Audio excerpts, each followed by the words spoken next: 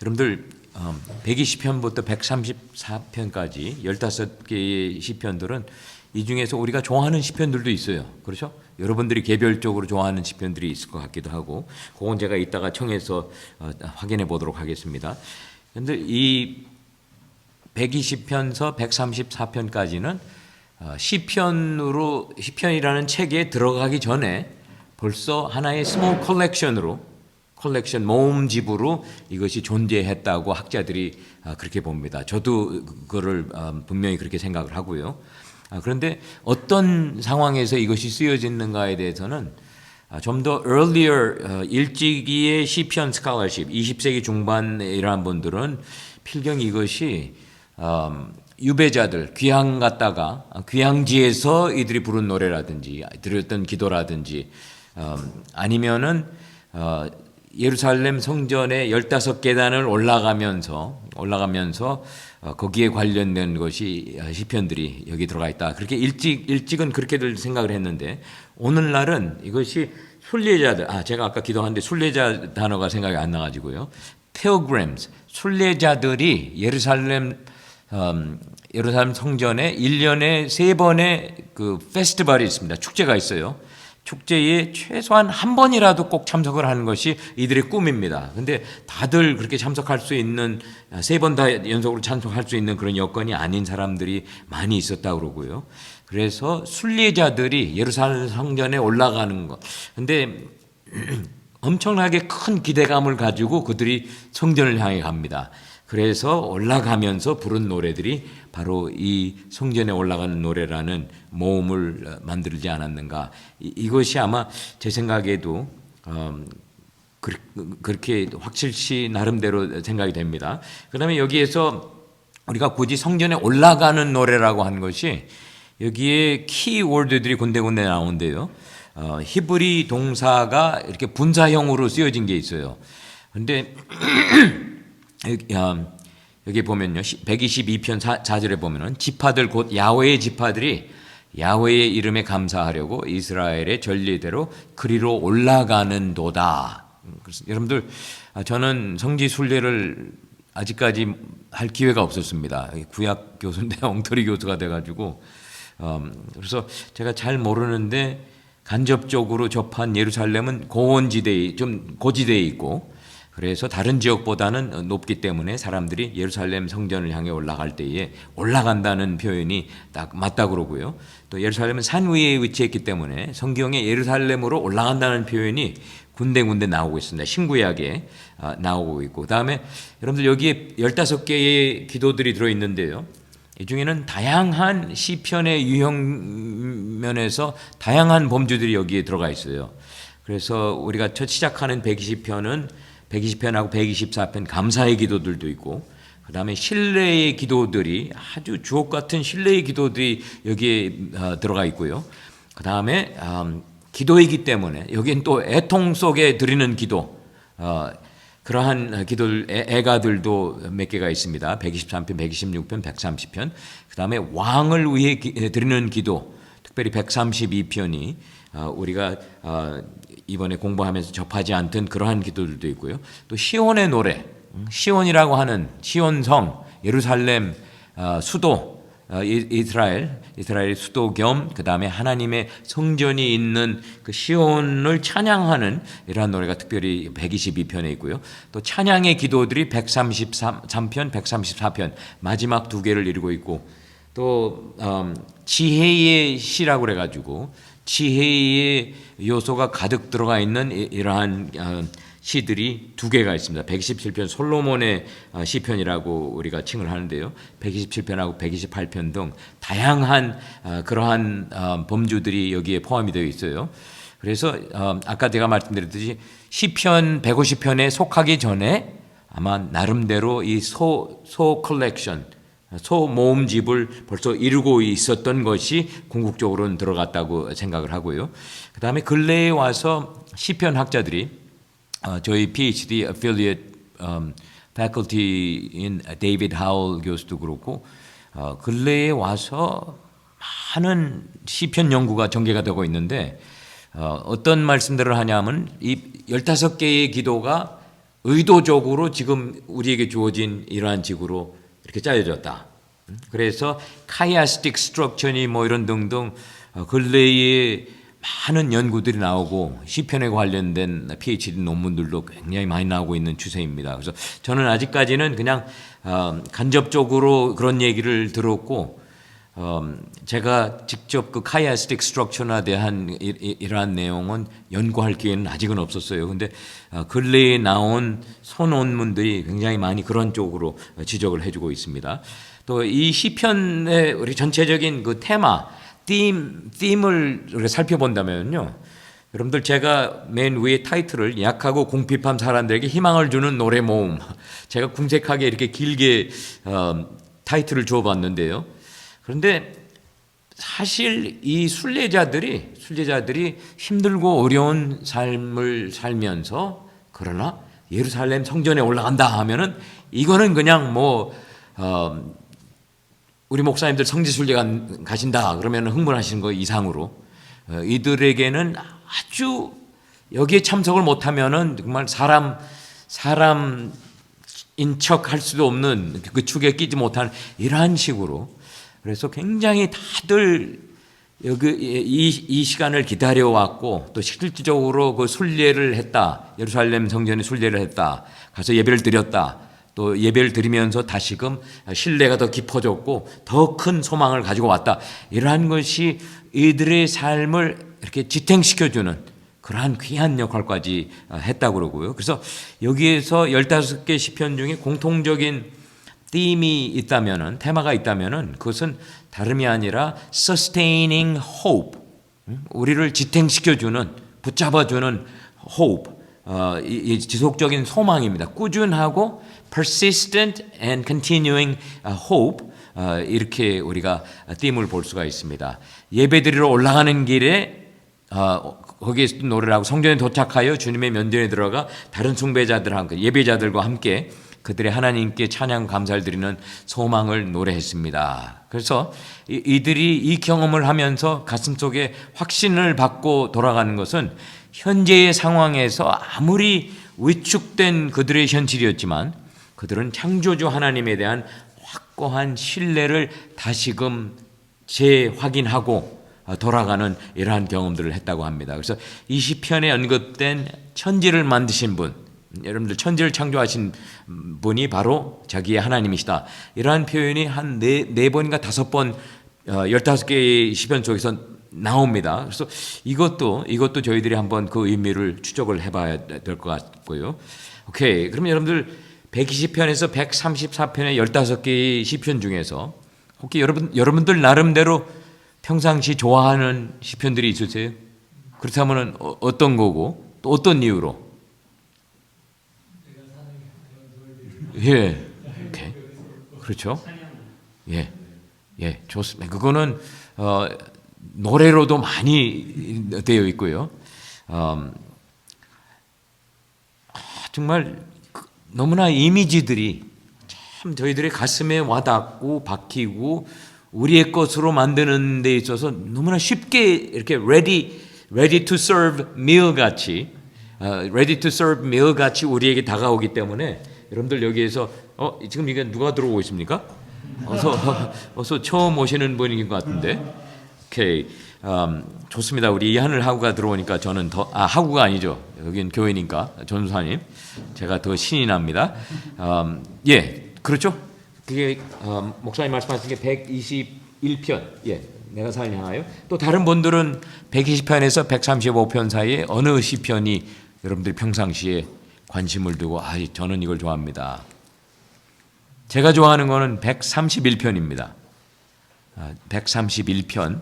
젖된 아이와 같이 자기는 그냥 큰 야망도 없고 어떻게 보면은 이거는 어느 남편이 이렇게 고백을 한다면은 아내가 이 사람은 결혼하면 안 될 사람이다 이렇게 해도 야망 없이 야심이 없지만 unambitious 이렇게 해도 우리가 착각을 하고 웃을 수가 있는데 너무나 단순한 신뢰하는 믿음 등등이 제가 평상시에 제일 좋아하는 23편, 27편 못지않게 좋아하는 신뢰의 기도입니다. 또 다른 분들은요? Anyone else?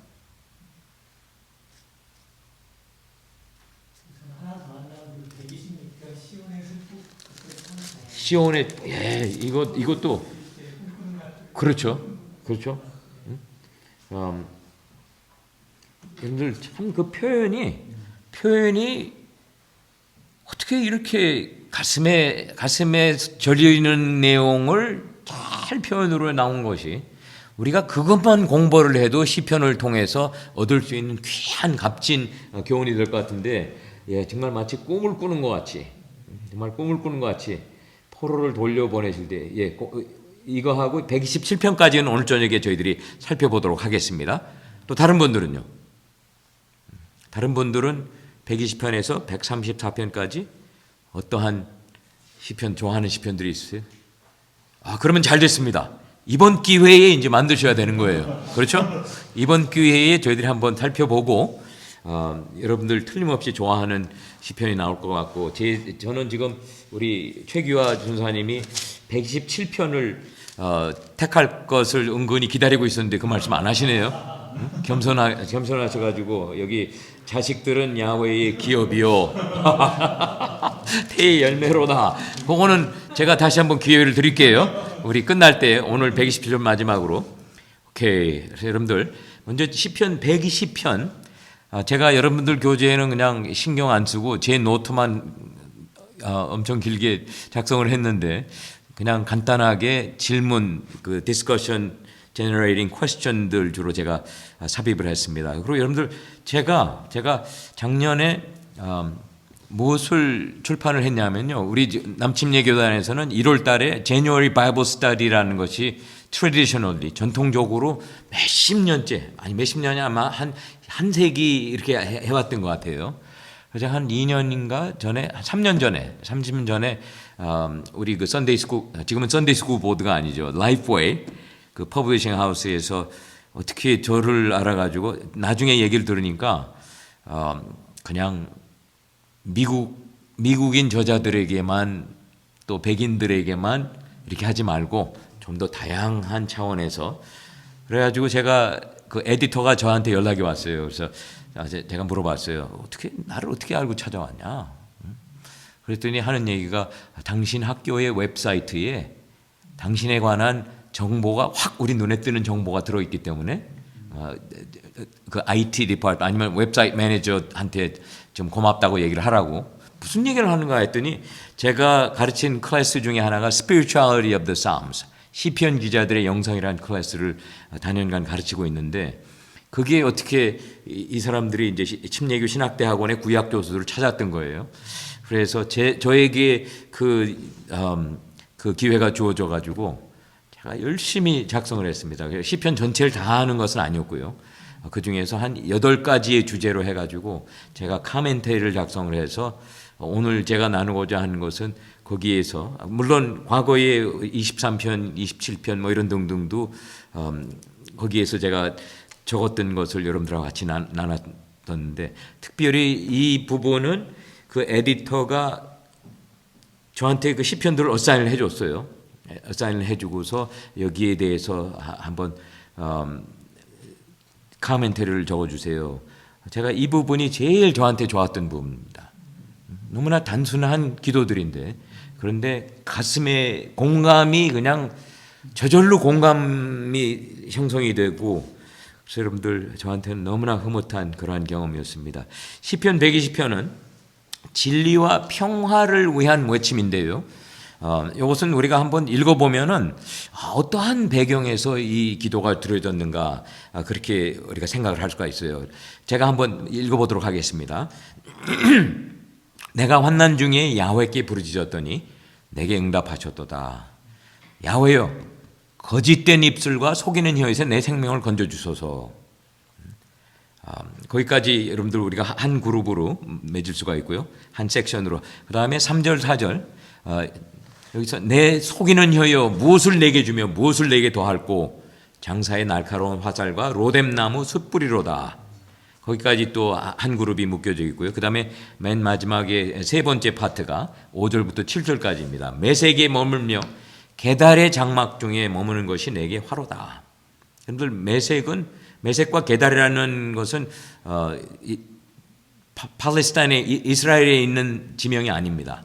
타 지역의 지명들이고 특히 게달이라고 하는 것은 아라비아 저쪽 사막 쪽에 좀 멀리 떨어져 있는 그래서 이것이 아마 유배지에서의 경험이었을 수도 있다고 이제 학자들이 이렇게 칭을 하는데요. 메색에 머물며 게달의 장막 중에 머무는 것이 내게 화로다. 내가 화평을 미워하는 자들과 함께 오래 거주하였도다. 나는 화평을 원할지라도 내가 말할 때에 그들은 싸우려 하는도다. 여러분들 간략한 아니 짧지는 않습니다. 여기에 있는 뭐 3절, 4절 이렇게 한 시편들도 있고요. 먼저 1절, 2절을 우리가 한번 같이 보십시다. 여기에서 결론적으로 이 시편 기자가 고백을 하고 있어요. 그런데 어떠한 상황입니까? 상황이 무엇이 이와 같은 기도를 하게끔 했던 거예요? 환난, 뭔가 심각한 어려움이죠. 심각한 어려움이에요. 그때에 이 기도자가 했던 게 뭐예요? 자기의 힘과 노력으로 적들을 물리치려고 애를 썼다고 나와 있지 않습니다. 그렇죠? 야훼께 부르짖었더니 내게 응답하셨도다. 여기에 그냥 자기의 경험담에서 비롯되는 결론이 먼저 1절에 있고요. 2절에는 기도가 나옵니다. 근데 그 기도를 어떤 기도를 한 거예요? 여기 기도를 통해서 우리가 접할 수 있는 그의 안타까운 현실은 뭐였어요? 안타까운 현실이? 목숨이 간당간당. 근데 그 이유가 적들이 거짓말하는 적들이 거짓말로 그냥 하지 않은 짓을 했다는. 여러분들 성경에 이런 예가 비교적 자주 나옵니다. 그렇기 때문에 십계명에서 거짓 증언하지 말아라 하는 것이 십계명 중에 하나가 들어가 있는데요. 여러분들 그 아합이라고 하는 왕이 있었죠. 이세벨이 그 페니시아 출신, 타일 출신의 여왕이고요. 그래가지고 아합이 나보트라고 하는 사람의 포도원을 탐이 나가지고 그거를 삼켜 먹으려고 그에게 내가 더 좋은 데를 줄 테니까 나하고 바꾸자. 그런데 안 해요. 왜냐하면 나봇의 입장에서는 그게 자기 전통적으로 선조들로부터 받고 또 다음 세대로 내려가야 할 땅이었기 때문에. 그랬더니 그 아내가 뭐라고 코치를 합니까? 거짓 증언자를 몇 명 세우면은 그 친구 처리해버리면은 이건 당신이 그냥 차지해버리면 된다. 여러분들 이러한 현실이 이 당시 지금도 아마 이러한 일들은 있어요. 이러한 일들이 있습니다. 우리 뉴스에 보면은 거짓말 해가지고 남을 어려움에 빠뜨리고. 그런데 이 당시에는 이러한 상황이 더 자주 있었을 것 같아요. 왜냐하면은 악하지만 강한 자들이 약한 자들을 등을 쳐먹고 하는 이러한 현실이 그때 있었던 것이 구약 성서에 또 신약에도 나옵니다. 그래서 야훼여 거짓된 입술과 속이는 혀에서 내 생명을 건져주소서. 그게 기도의 내용이 거기 또 기록이 되어 있고요.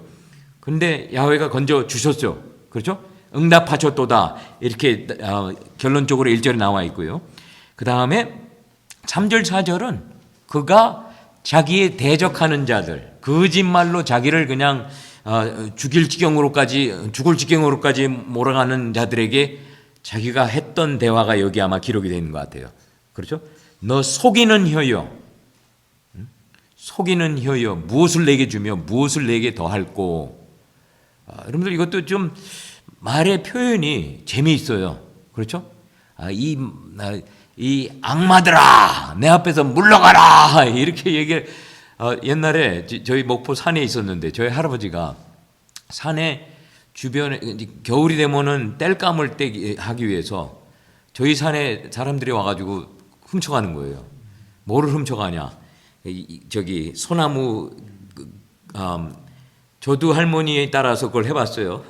그 다음에 어떨 때는 그 가지를 막 쳐가고 하루 종일 와서 몰래 소리 내지 않고 그럼 저희 할아버지가 이 독사의 자식들아 이 독사의 자식들아, 저희 할아버지는 장로님이셨기 때문에 신약이 독사의 자식들아, 이분 목소리가 꺼렁꺼렁했는데 제가 지금도 그 생각이 나는데요. 이 사람은, 이 기도자는 그렇지 않고 그냥 단도직입적으로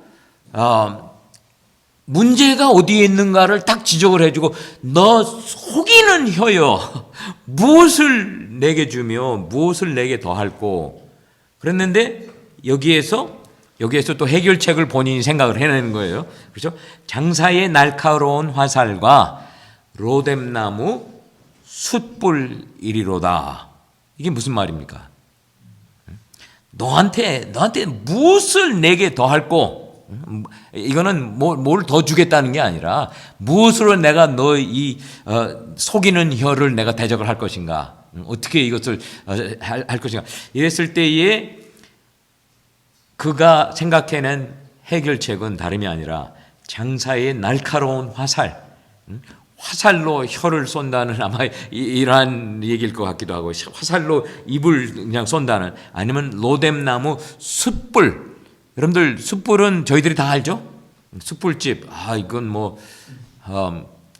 젠에서 숯불로 합니까? 모르겠어요. 그럴까? Maybe. I hope so. 여러분들, 저희들에게는 숯불이라는 관념이 그래도 이해가 되죠. 한국에서의 식당도 그렇고, 저희들 옛날에 제가 어렸을 때에 저희 할머님 숯불 다림질을 하셨어요. 옛날 다림질로. 숯불로 그렇게 하시고, 그걸 어떻게 깨끗하게 하셔가지고, 그냥 지금도 기억이 나는데, 장사의 날카로운 화살로 너의 혀를 쏜다든지 숯불로 너의 혀를 지져버려야 된다. 아마 이렇게 자기의 희망을 또 여기서 얘기를 하고 있고요. 그 다음에 메색에 머물며 계달의 장막 중에 머무는 것이 내게 화로다. 아마 필경 조국을 떠나서, 자기의 조국을 떠나서, 본국을 떠나서 다른 나라에 살게 되어 있는 상황 속에서 그들의 안타깝게 구는, 이방인이라고 그래가지고 아마 더 괴롭게 하실 수도 있고요. 머무는 것이 내게 화로다. 이것을 좀 안타까워하는 거예요. 자기가 이런 상황이었다는 것이 너무나 안타깝고, 그러면서 6절에 내가 화평을 미워하는 자들과 함께 오래 거주하였도다. 자기 신세 한탄입니다. 그렇죠? 나는 화평을 원할지라도 내가 말할 때에 그들은 싸우려 하는도다. 그러고서 기도가 끝이 납니다. 그러니까 너무나 아쉬운 거예요. 너무나 아쉬울 뿐만 아니라 이거는 정말 무기력함이 극치에 이르는, 그래서 그것을 당하고 있는 자의 기도. 그리하여 2절에 야훼의 거짓된 입술과 속이는 혀에서 내 생명을 건져주소서. 그렇게 기도를 했을 때에 야훼 하나님께서 자기의 기도를 들어주셨다. 그게 결론적으로 나오고 또 그 내용이 좀 더 우리에게 설명이 되어 있는데요. 여러분들, 환난 속에서 부르짖었던 이유는 우리가 살펴봤고요. 자신의 현 상황에서 실제로 원하는 것은 뭐였어요? 자기는 무엇을 원한다고 나와 있어요? 화평을 원하는 거예요. 그냥 이웃들과 화평, 좀 뭔가 잘 서로 getting along 하면서 사이좋게 사는 이러한 등등을 원했는데 그러지 못한 상황. 또 그는 어떻게 이 원한 상황을 현실화하려 합니까? 화평을 어떻게 추구를 해요? 자기가 무기력하니까 대신 해줄 수 있는 하나님께 자기가 기도를 했을 때에 응답을 해주셨다, 이렇게 나와 있는데, 여러분들 여기에서 제가 혹시 과거에 누명을 썼다든지 과거에 하지 않은 일을 남이 그 짓을 해가지고 내가 한 것이 돼가지고 어려움을 겪은 경험이 있으십니까? 그냥 어렸을 때는 다 친구랑 싸우다가 제가 그랬어요 이런 식으로 이렇게 누명 많이 쓰지 않을까요? 사촌 동생이랑 그 어렸을 때 레고 가지고 많이 싸웠었는데, 레고 장난. 예, 레고, 예. 레고랜드. 싸웠었는데 그때 이제 막 사촌 동생은 형아가 자기 뺏어갔다고 그러고, 저는 제가 막 괴롭혔다고 그러고 대들었다고 그러고 막 그래가지고 이모한테 등짝 맞고 그랬어요. 예. 어른이 돼서 이런 경험 해보셨습니까? 어른이 돼서 그냥 성인이 돼가지고.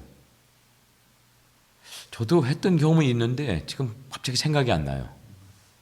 했던 경험.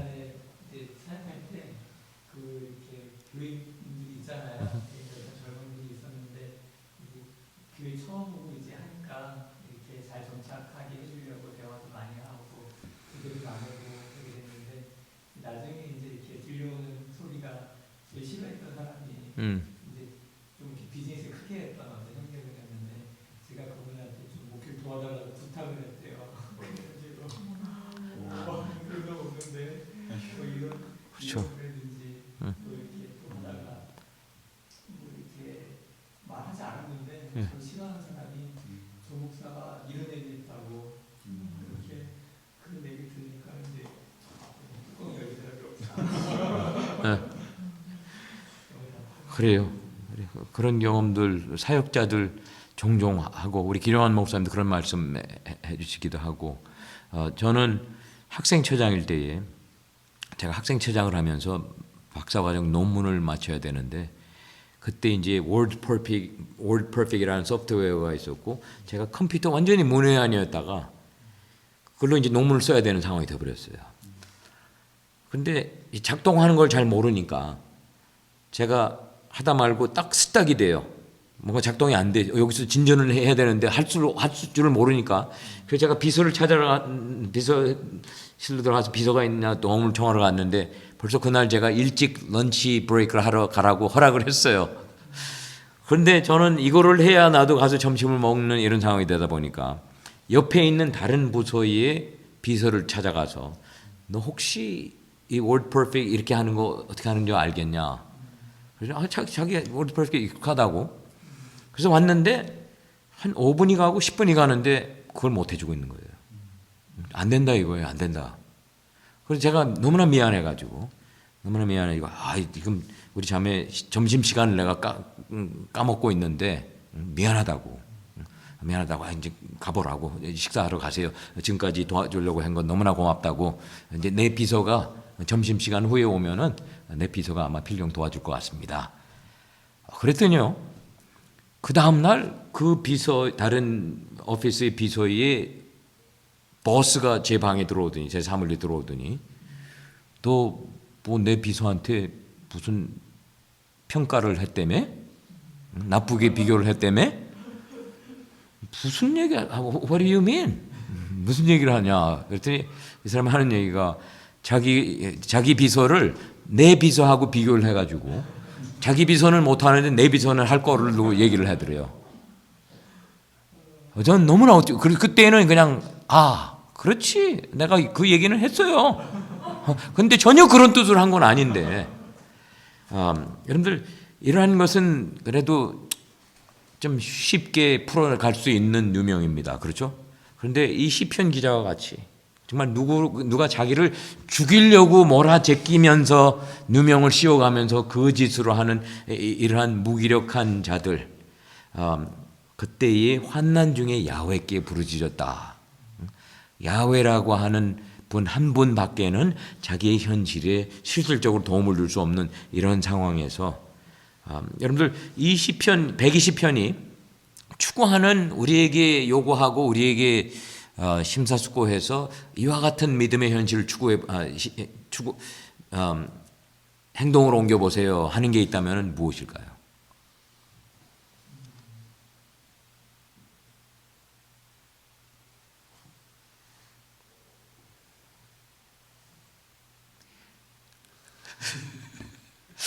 우리 김 전사 왜 웃으세요? 그러니까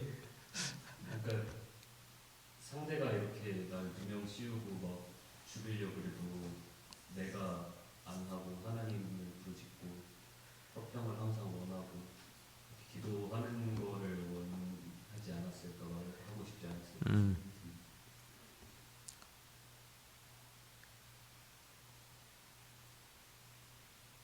그냥 자기의 힘으로 뭔가 원수를 갚는다든지 뭐 이런 등이 아니라 야훼께 고자질을 하고 야훼께 제가 이러한 어려움에 있을 때에 당신이 작동하지 않으시면은 저는 죽을 지경에 왔습니다. 그럴 것 같아요, 전사님. 우리 조 목사님은 어떤? 이런 이제 그 경험이 있으니까 이렇게 주님의 저를 사모하는 마음이 더 커져서 주님께 나아가는 거 아닐까. 그럴 것 같죠. 예, 자기들의 믿음의 현실 속에서 체험을 했기 때문에 주님보다 더 용한 의원은 없으십니다. 주 하나님보다, 야훼 하나님보다 더 용한 의원은 없으시다는 것이 이들에게는 그냥 확고부동한 사실. 그렇기 때문에 이러한 고백을 하면서, 이러한 간증을 하면서 여러분들 혼자의 힘으로 뭐 할 것이 절대로 아닙니다. 주께 고발하고 주께 고백하고 주로 하여금, 시간은 걸릴 수도 있고 또 주께서 원하시는 방법으로 시기에 합당하게끔 이렇게 하실지라도 주를 의지하세요 하는 이러한 것이 이 시편에 우리에게 주는 도전이 아닐까 생각을 합니다. 121편으로 가보십시다. 이것이 아까 우리 조 목사님이 말씀하셨던 내가 눈을 향하여, 제가 읽어볼게요. 1절 2절은 하나님에 대한 신뢰의 고백이 여기 1절 2절에 기록이 되어 있어요. 내가 산을 향하여 눈을 들리라. 나의 도움이 어디서 올까? 나의 도움은 천지를 지으신 야훼에게서로다. 여러분들 여기서 천지를 지으신 야훼라는 이 표현을 눈여겨 두십시다. 그 다음에 3, 4절에서는 야훼 하나님께서 어떻게 철저하게 보호를 하시는가, 그 모습이 3, 4절에 기록이 되어 있어요. 야훼께서 너를 실족하지 아니하게 하시며 너를 지키시는 이가 졸지 아니하시리로다. 파수꾼이 졸지 않으시리로다. 이스라엘을 지키시는 이는 졸지도 아니하시고 주무시지도 아니하시리로다. 이거는 그냥 확신이에요. 확신이에요. 그 다음에 5, 6절에서는 다시금 보호가 당신께서 베풀어 주신 보호가 절대로 이것이 남이 이것을 뚫고 들어올 수 없는 이러한 철저한 보호라는 것이 또 여기 고백되어 있어요. 야훼는 너를 지키시는 이시라. 야훼께서 내 오른쪽에서 내 그늘이 되시나니 낮의 해가 너를 상하게 하지 아니하며 밤의 달도 너를 해치지 아니하리로다. 그 다음에 마지막 두 절은 삶의 전반적인 삶 속에 있어서 그가 야훼 하나님께 드리는 확신, 신뢰의 확신이 여기 또 고백이 되어 있어요. 야훼께서 너를 지켜 모든 환난을 면하게 하시며 또 내 영혼을 지키시리로다. 야훼께서 너의 출입을 지금부터 영원까지 지키시리로다. 여러분들 우리가 비교적 잘 아는 성전에 올라가는 노래 중에 하나예요. 그런데 여기 1절에 벌써 그의 딜레마가 여기 기록이 되어 있어요. 근데 어떻게 딜레마입니까? 산을 향하여 눈을 들리라. 나의 도움이 어디서 올까? 이 기도하는 자는 도움을 필요로 하는 자라는 것이 1절에 기도하는 자가 스스로 이제 독백을 하면서 고백을 하는 거예요. 그러면서 여기에 대한 반응이 즉각적으로 주어지면서 천지를 지으신 야훼에게서 자기가 도움을 받는다. 근데 여러분들 여기서 왜 굳이 천지를 지으신 야훼라는 표현이 이 컬렉션, 이 성전에 올라가는 노래들 15개의 컬렉션 중에 4번인가 5번이 계속 반복이 됩니다. 군데군데 흩어져서. 근데 왜 굳이 천지를 지으신 야훼라고 표현이 되어 있을까요? 구원을 베푸시는 야훼가 아니고 또 원수를 갚아주시는 야훼가 아니고 왜 굳이 천지를 지으신 야훼? 그 의미의 중요성은 뭘까요?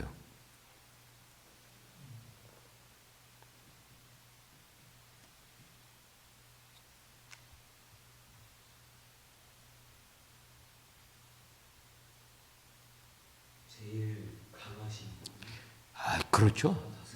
창조주, 천지, 하늘과 땅을 지으신 창조주 하나님,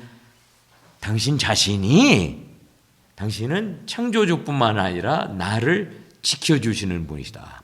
그렇다면 우리 김 전사님 말씀하신 것 같이 그보다 더 강한 보호자와 방어자와 도움을 주는 자를 어디서 어떻게 찾을 수 있겠어요? 이 표현은 참 의미심장하게 굳이 천지를 지으신 분, 가장 막강하신 분, 천지를 지으신 분은 구약 성서에도 그렇고 주이시 미탈로지 이런 데 보면은 먼저 적을 다스리셔야 됐어요. 리와야단도 그렇고 이러한 괴물이라든지 이러한 등등을 먼저 해결을 하신 후에 천지를 창조하신 이러한 모습 등등에서 천지를 지으신 야훼, 가장 막강하신 분이 실질적으로 자기에게 도움을 주신 분이라고 이렇게 고백을 하고 있고요. 그 다음에 기도자는 여기에서 어떤 식으로 자신의 확신이 표현되고 표현을 하고 있어요. 그 야훼 하나님에 대한 신뢰와 확신이 어떻게 자신만만하게 이것이 아마 남들에게 간증을 했을 것 같아요. 남들에게 간증을 했을 것 같은데 여러분들 바로 앞에 있는데 왜요?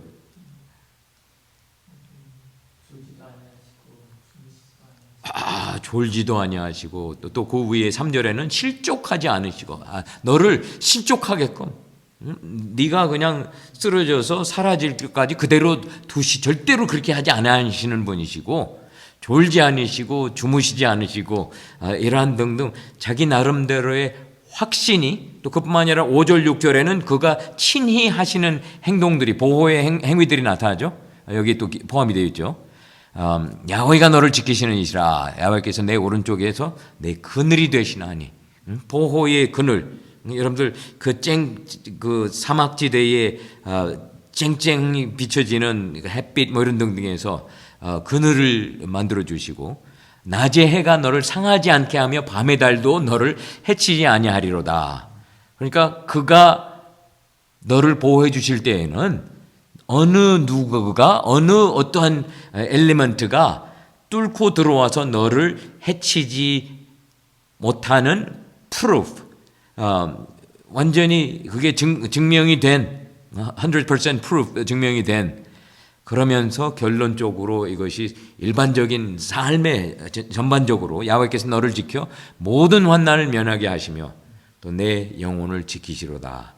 야훼께서 너의 출입을 지금부터 영원까지 지키시로다. 아마 여러분들 이것도 이 기도자의 실질적인 체험에서 나오는 간증이죠. 그러면서 이것은 어떻게 보면은 감사의 기도로도 우리에게 들릴 수가 있죠.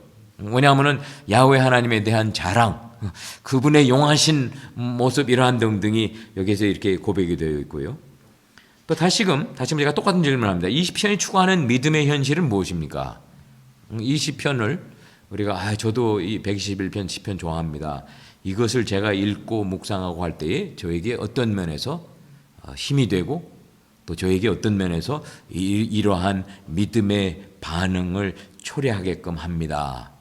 그렇다면 여러분들 어떠한 믿음의 현실을 우리에게 추구하라고 재촉을 합니까? 아버지를 이렇게 신뢰하는 마음을 얘기하는 그렇죠. 신뢰. 의심하지 말고 또 이러한 분이 계신데 왜 내가 하려고 해? 내 힘으로 뭔가 또 길을 뚫어보려고 그래? 그게 아니죠. 여러분들 제가 132편 할 때 제가 또 말씀드리는데 저는 성격이 좀 너무나 그 inferiority 갑자기 그 한글 단어가 열등 의식이 너무나 강하다 보니까 저는 실패하는 거를 감당을 못해요. 실패를 모면하려고 애를 씁니다. 과거에 PhD 과정 세미나를 하고 하는데 그렇지 않아도 다른 학생들하고 비교를 해보면은 저는 뭐 너무나 힘들어하고 어려워하고 하는데도 제가 거기서 두려움이 뭐냐 하면은 내가 이걸 실패해버리면은 궁극적으로 나의 현실이 들통이 나는 것이다. 이렇다면 그 열등의식이 강하게 작동을 하다 보니까 제가 하는 것은 뭐냐면요. 중단을 안 합니다. 될 때까지. 그럴듯할 때까지 아내한테 또 프루프 리딩 해달라고 그러고 아내한테 피드백을 부탁을 하고 그러면 아내가 좀 코치를 해줘 그러면 계속. 근데 왜 거기서 아내한테는 또 부탁을 했는지 모르겠어요. 너무나 다급하니까 그렇게 했겠는데 그래서 저는 그냥 제 힘으로 항상 뭔가를 해결을 해야 됐고 이러한 상황, 대학을 다니는데 부모님들이 등록금을 해주실 수가 없으셨어요. 그러니까 제가 워크스터디 프로그램을 해가지고 식당에서 일하고 나중에 또 아르바이트 할 기회가 되고 그러면은 방학이면은 뉴욕으로 가서 화원에 가서 일을 합니다. 거기 화원에 크리스마스 때가 되면은 델리버리 많잖아요.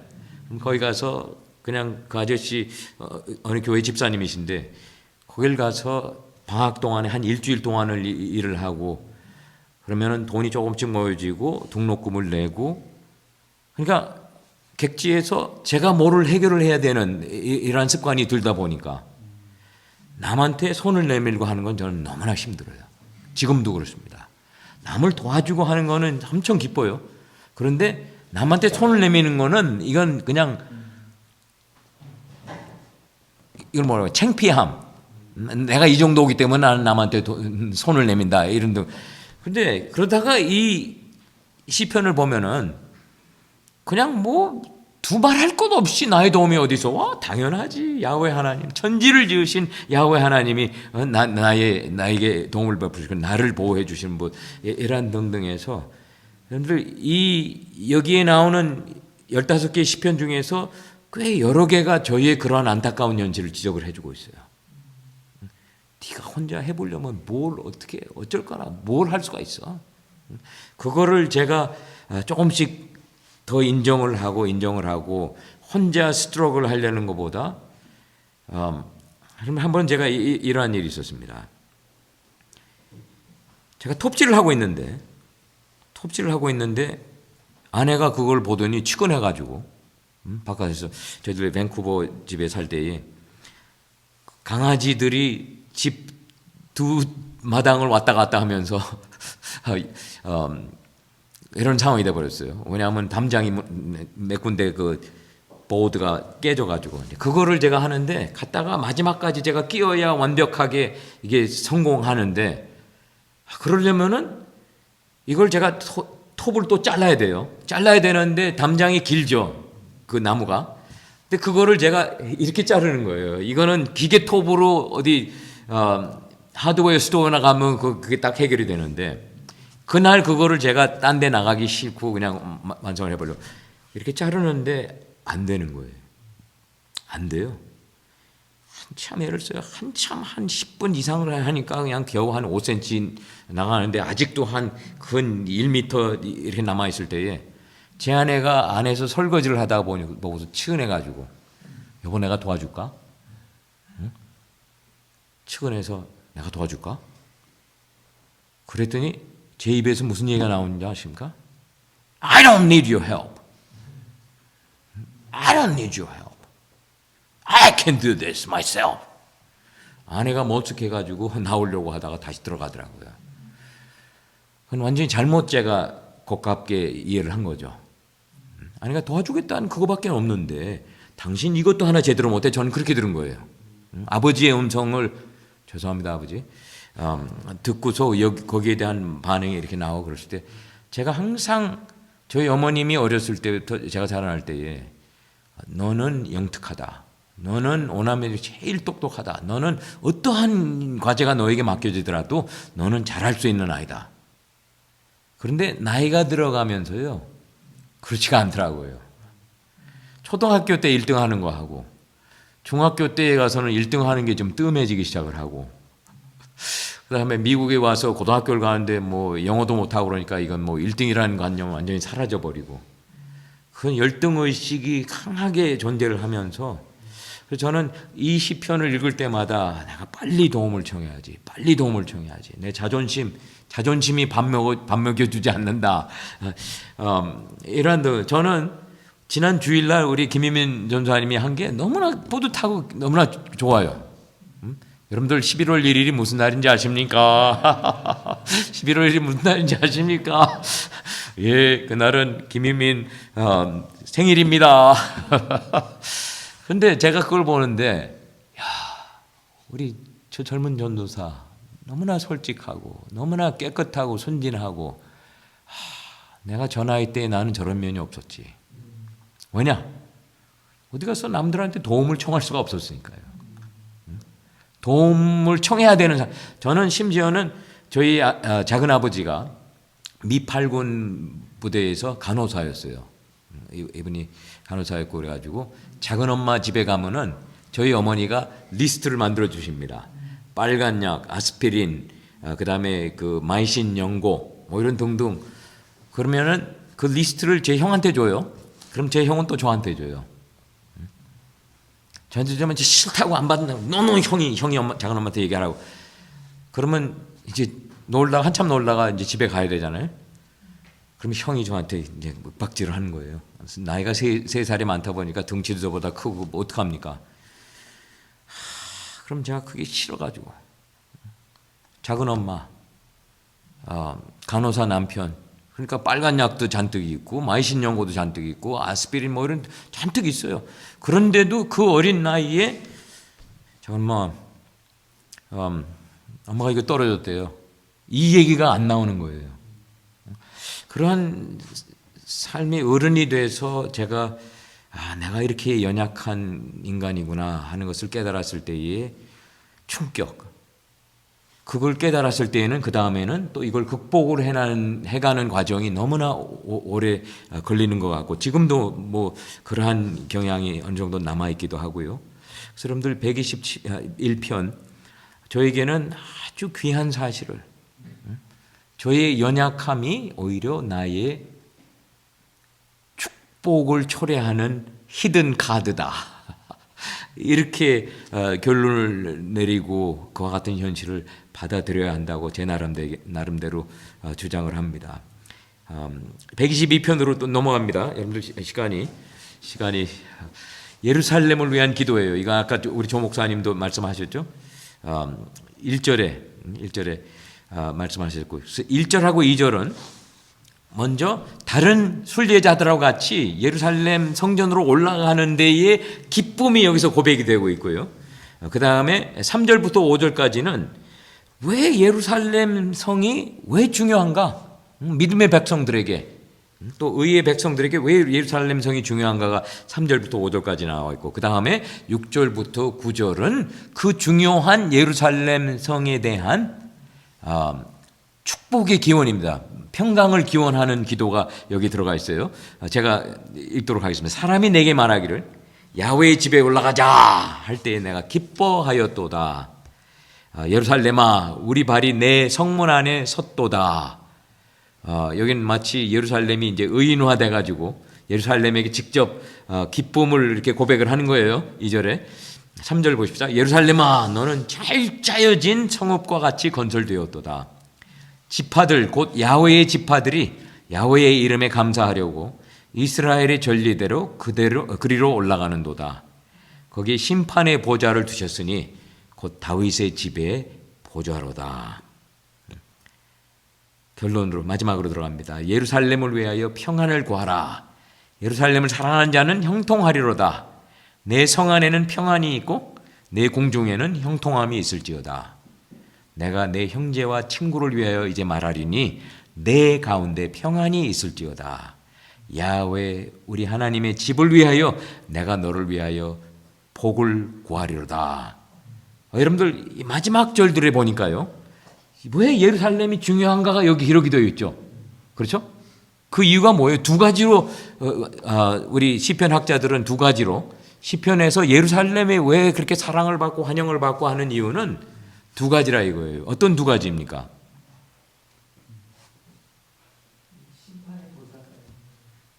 심판의 보좌가 있고요. 그 다음에 또 야훼 하나님의 집이 그래서 그냥 전반적으로 생각을 할 때 또 다른 그 성전으로 올라가는 시편에도 그게 반영이 되어 있는데 예루살렘을 놓고 기뻐하는 이유는 두 가지의 선택입니다. 첫째는 하나님이 다윗을 선택을 하셔가지고 예루살렘의 영원한 왕자 보좌를 다윗에게 약속을 하셨고 또 하나는 하나님이 신이 당신의 거하시는 지역이 예루살렘으로 또 선택이 되고 거기에 하나님께서 거하시기 때문에 그리하여 하나님의 임재하심과 또한 다윗 왕, 또 다이내스티 이러한 등등이 이스라엘 백성들에게는 예루살렘, 그러니까 여러분들 구약 특히 시편 학자들이 설명을 하는 전통은요, 예루살렘에서 전개되는 1년에 3번씩 그 페스티벌이 있죠. 우리 아까 제가 처음에 부분에 무교절은 unleavened bread, 그거는 이제 패스오버하고 붙어 있죠. 77절 펜테코스트, 그 다음에 초막절은 그 타버나클. 이 세 가지의 절기는 육체가 멀쩡한 이스라엘 남자들은, 장년들은 거기를 꼭 가야 되는 거예요. 의무적으로 예루살렘에서. 근데 이거는 그들에게는 의무가 아닙니다. 여기서 보세요. 이게 의무의 고백입니까? 의무의 고백이 아니라 너는 지난번에 갔을 때 너는 좀 빠져. 내가 갈래. 응? 형제들끼리 아마 서로 싸웠을 것 같기도 하고요. 왜냐하면 거기 갔다 왔다 그러면은 며칠이 걸릴 수도 있고, 이런 차원에서 그냥 농사 일을 하던 식구들이 다 빠질 수는 없고 이러기 때문에 아마 서로 가겠다고. 근데 예루살렘에 이와 같이 중요한 위치, 이스라엘 백성들에게 그러면서 그 예루살렘의 평안을 구하는 그러한 기도의 모습. 여러분들 여기서 예루살렘이란 단어가 다른 어느 단어들보다 가장 여러 번 반복해서 등장하는데요. 이 시편의 핵심 주제는 뭐예요?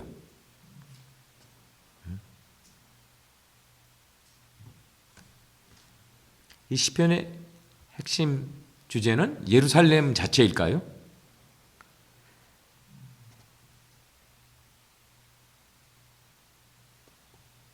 야훼 우리 하나님의 집을 위하여.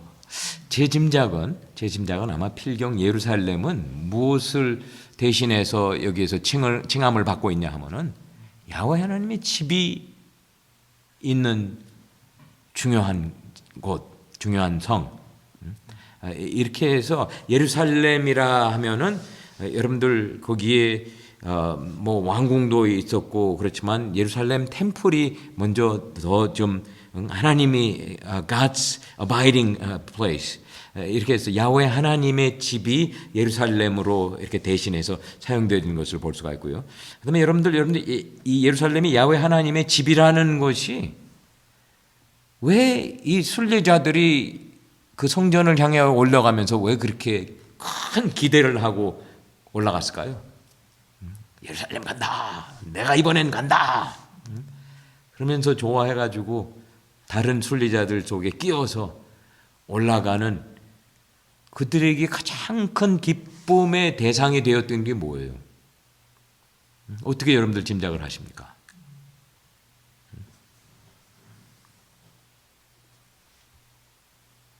하나님을 만나는 그 기쁨 때문에 당연히 그럴 것 같아요. 당연히 그렇습니다. 그렇죠? 야훼 하나님의 임재하심. 여러분들 제가 이 순례자들의 믿음의 고백을 보면서 너무나 감사한 것은요, 여기에서 야훼 하나님의 축복을 받으러 우리가 예루살렘 성으로 올라가자, 그러한 내용 우리가 실질적으로 접합니까?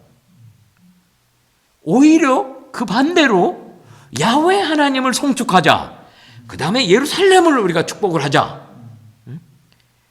여러분들 저는 지금 제가 이 이야기를 하는데 구스범프가 닭살이 돋습니다. 이것은 다른 이유가 아니라요, 이 순례자들의 믿음의 프라이어티, 우선순위가 잘 확보가 된 것 같아요. 그리하여 우리에게 깨우쳐 주는 것이 야훼 하나님의 임재하심을 추구하라. Seek the Lord and His face. 주를 찾고 그의 얼굴을 구하라. 이러한 고백 등등이 시편에 군데군데 나와 있는데요. 여기에서 축복을, 자기들 올라간 백성들을 주여 우리가 왔나이다 축복하여 주시옵소서, 이런 내용이 글쎄요, 제가 어제도 읽고 오늘도 또 15편을 읽었는데 여기서 못 찾아봤어요. 못 찾아봤을 때에 저에게는 이게 신기한 거예요. 오늘날 우리는 그냥 기복신앙의 잔재가 우리 속에 아직도 강하게 존재하고 있고, 이러한 상황에서 이들은 제가 영어로 어떻게 기록했냐면 somehow the pilgrims correctly recognized the presence of the Lord coming before the presence of the Lord. 여기는 물론 하나는 하나님의 임재하심이 하나님의 선물을 구하는 것보다 먼저 구하는 것을 이 순례자들은 우리에게 깨우쳐 주고 있을 때에 여러분들 정말 예루살렘을 향한 축복을 빌어주고 예루살렘의 평안을 빌어주는 그러면서 그 이유가 어디였을까 우리가 추적을 해볼 때에 하나님의 집이 하나님의 임재하심이 거기에 있을 때에 그래서 은연중에 저와 여러분들에게 주는 도전이 축복 중에서 가장 큰 축복은 야훼 하나님의 우리와 함께 하심입니다. 임마누엘을 우리가 모시는 삶 자체가 당신이 주시는 어느 다른 물질적인 또 건강의 축복 뭐 이런 것보다 더 큰 축복입니다 하는 것을 저와 여러분들이 어느 때인가는 우리가 실질적으로 이렇게 인정을 하고 여러분들 제가 First Baptist Church of Beaverton 거기에 오랫동안 멤버였습니다. 제 아내하고 저하고 한 번은 레리 잔슨이라고 하는 집사님이 돌아가셨어요. 이분이 한 80대 초반 이렇게 되셨는데 암으로 돌아가셨어요. 암으로 돌아가셨는데 그분의 연결 예배 때 우리 담임 목사님이 이런 말씀하십니다. 그 레리 잔슨 그 집사님을 이제 병문안하러 목사님이 가신 거예요. 가셔가지고 목사님이 그냥 한 번은 이런 질문을 하셨대요. 레리, 당신은 이제 하나님께서 당신의 암을 치료해달라는 기도는 안 하십니까? 그랬더니 그 집사님 말씀이 안 한다고. 이제는 안 한다고. 그래서 목사님이 Would you mind if I ask you why? 내가 왜 안 하십니까? 하고 물어봐도 괜찮을까요? 그랬더니 그 레리 잔슨 집사님이 자기는 주님과의 이와 같이 긴밀한 동행은 자기가 아프기 전까지는 해본 경험이 없더라 이거예요. 그래서 처음에는 암이 걸렸고 초반에 키모하고 또 레디에이션 이런 테라피 등등을 받고 또 어느 정도 이게 레미션으로 들어갔다가 조금 시간을 벌고 이러한 과정 속에 처음에는 치료해 달라고 기도를 했다 이거예요.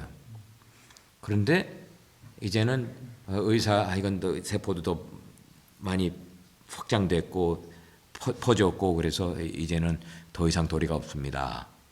그랬을 때 레리 잔슨 집사님의 자기 고백이 지금과 같이 주님과의 긴밀한 동행을 내가 한 경험이 없는데 왜 그걸 내가 저버리길 원해서 나를 다시 치료해 주시옵소서 이러한 기도를 하고 저희들이 그 얘기를 들으면서 다 울었을 뿐만 아니라 부끄러웠어요.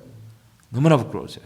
저희들은 건강 조금 이러면은 이거 치료해 주세요. 저 죽습니다. 뭐 이러한 기도가 나오는데 정말 신앙의 선배들은 하나님과의 동행함 자체가 삶의 어느 순간이 되면은 그분들이 깨닫는 가장 큰 축복이다. 여러분들 이거는 레리 잔슨 집사님뿐만 아니라 우리 신앙의 대가들의 간증이 많은 분들이 이러한 간증들을 우리에게 주고 있습니다. 제가 아는 마담 기ion이라고 하는 제가 아는 얘기 아니라 책을 통해서 많이 읽어봤는데요. 기용 부인 그분의 간증도 그렇고 여러분들 신앙이 깊이 있는 간증을 우리에게 남겨준 분들의 기록을 읽어보고 그러면은 거의 대부분이 하나님의 임재하심과 함께 동행함 그거 자체가 가장 큰 축복임을 깨닫습니다. 이렇게 보면 저는 우울증이 생깁니다. 나는 아직 멀었는데 나는 아직 멀었는데 안타깝기도 하고요. 오케이. 은혜를 갈망하는 시편 123편으로 한번 넘어가십시다. 이것도 제가 좋아하는 기도 중에 하나인데요. 이거는 그냥 아주 겸손한 백성들이 하나님께서 그들에게 더 자비를 보여주실 것을 갈망하면서 그리하여 그 정말 오만한 자들의 자기들의 억눌름을 극복하기 위해서 하나님께 이제 그러한 간구를 하는 모습이 여기 기록되어 있습니다. 먼저 1절에는 서론이 이제 소개가 되어 있어요.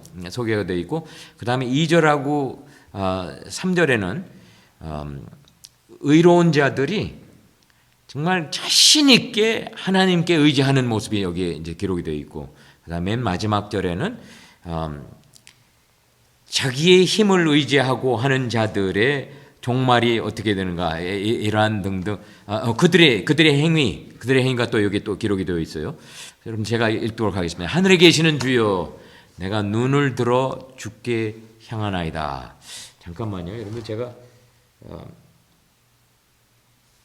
요걸 제가 조금 고쳐야 될 것을 안 고쳤네요. 여기 그냥 하늘에 계신 주여 이렇게 그게 아니라 영어 성경에 있는 히브리 성경이 번역된 영어 성경을 보면 하늘에 계시는 당신이여 당신으로 그냥 처음부터 내가 눈을 들어 당신께 향하나이다 이렇게 기록이 되어 있어요. 그 다음에 2절에 상전의 손을 바라보는 종들의 눈같이 여주인의 손을 바라보는 여종의 눈같이 우리의 눈이 야훼 우리 하나님을 바라보며 우리에게 은혜 베풀어 주시기를 기다리나이다. 야훼여 우리에게 은혜를 베푸소서 또 은혜를 베푸소서 심한 멸시가 우리에게 넘치나이다. 안일한 자의 조소와 교만한 자의 멸시가 우리 영혼에 넘치나이다. 아마 4절에는 소리를 질러댔을 것 같아요. 그래서 여러분들 이것은 은혜를 갈망하는 주의 은혜를 더 크게 필요로 하는 자들의 주께 드리는 갈망하는 그러한 기도인데요. 여러분들 이 시편의 주제는 물론 당연히 은혜입니다. 여기에는 은혜가 한난이라고 하는 히브리 단어로 나와 있는데 한난은 은혜로도 번역이 되고 또 자비로도 번역이 되는 그러한 히브리어 단어입니다. 그래서 은혜는 다시금 연약한 자가 강한 자에게 은혜를 베풀 수가 없죠. 그렇죠? 은혜의 흐르는 방향은 항상 강한 자에게서 연약한 자로밖에 이게 흐를 수가 없는 이런 사실이고요. 그 다음에 기도자의 관심이 하늘에 계신 주에게 맞춰진 이유가 뭐예요?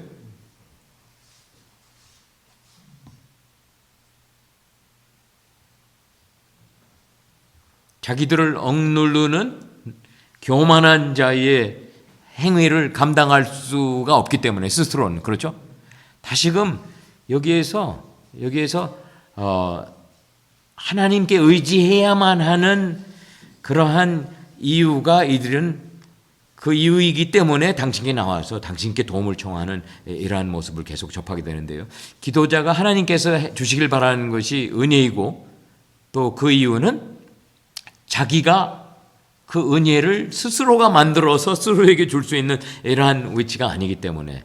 그런데 여러분들 2절 보십시다. 2절에 아주 눈에 확 닿는 그러한 그림이 그려져 있어요.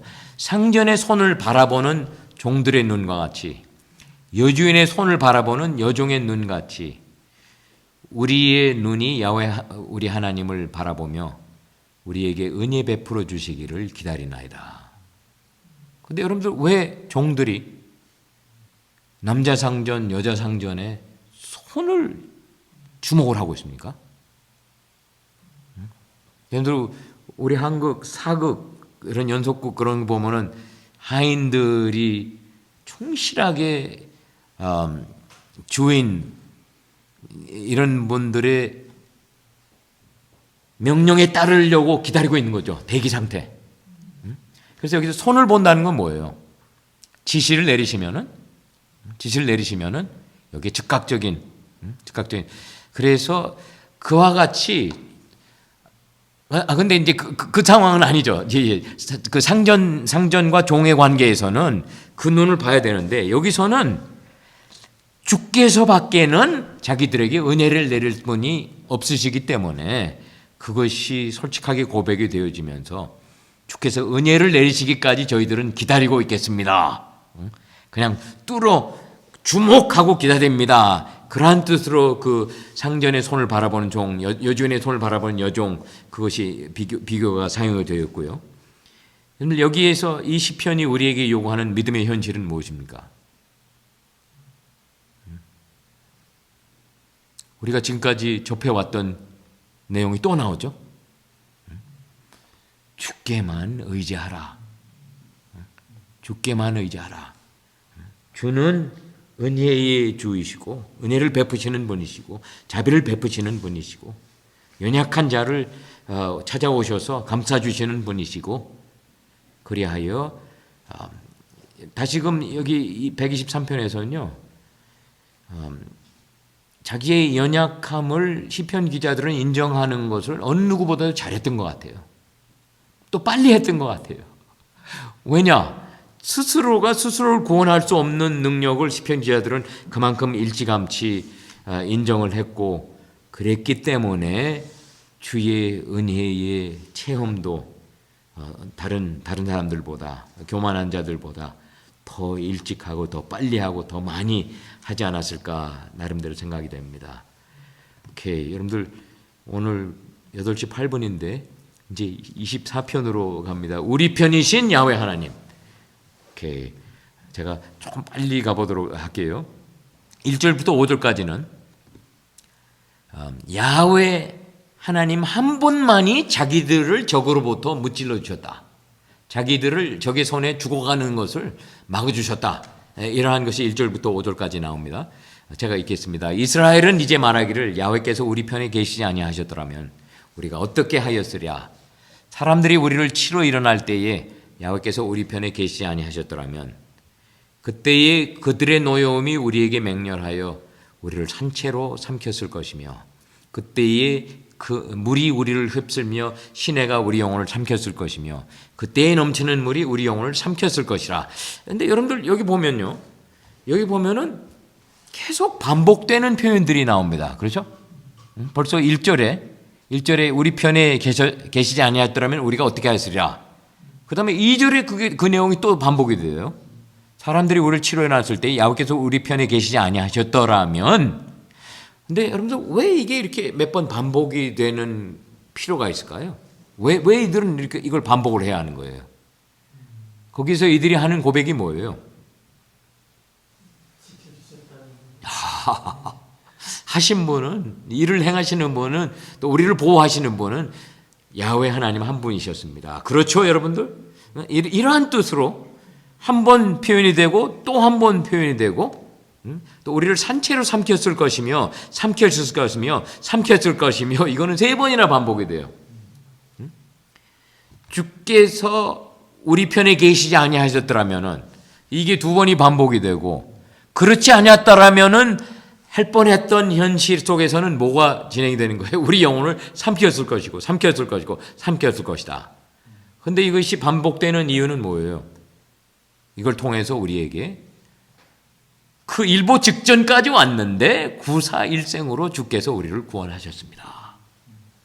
이분은 그냥 시간 딱 맞추어서 우리가 그냥 무릎 꿇기 일보 직전에 칼이 우리의 목에 들어와서 우리를 치기 일보 직전에 당신께서 살리셨습니다. 아마 이렇게 그냥 소리를 질러대는 것 같이 들려지는데요. 6절부터 8절까지는 그 다음에 그랬기 때문에 주께 드려져야 하는 찬양 이러한 등등 주께서 그들을 구원하심에 대한 찬양 이러한 등등이 아주 강한 이미지로 또 우리에게 주어지고 있어요. 우리를 내주어 그들의 이에 씹히지 아니하게 하신 야훼를 찬송할지로다. 그냥 여러분들 여기에서 저 같으면 야훼께서 우리를 적으로부터 구원해 주셨습니다. 그러면은 메시지가 전달이 될 수 있을 것 같아요.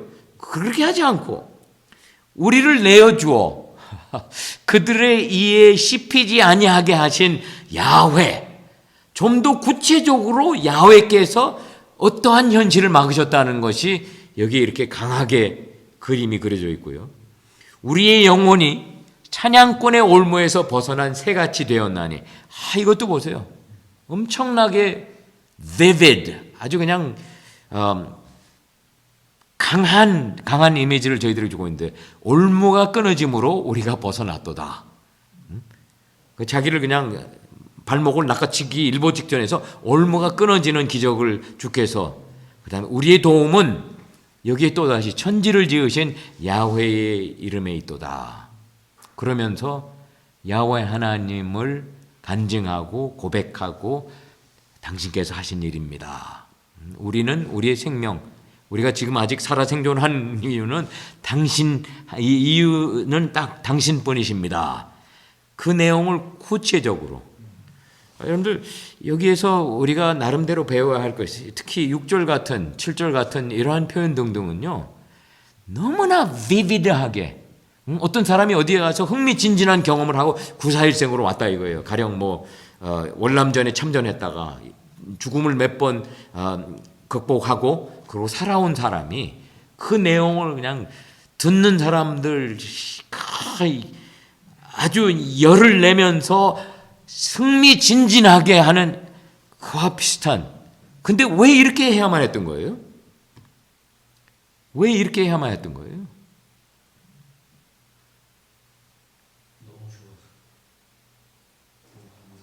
너무 감사해서. 그렇죠? 우리를 내주어 그들의 이에 씹히게도 하실 수 있었습니다.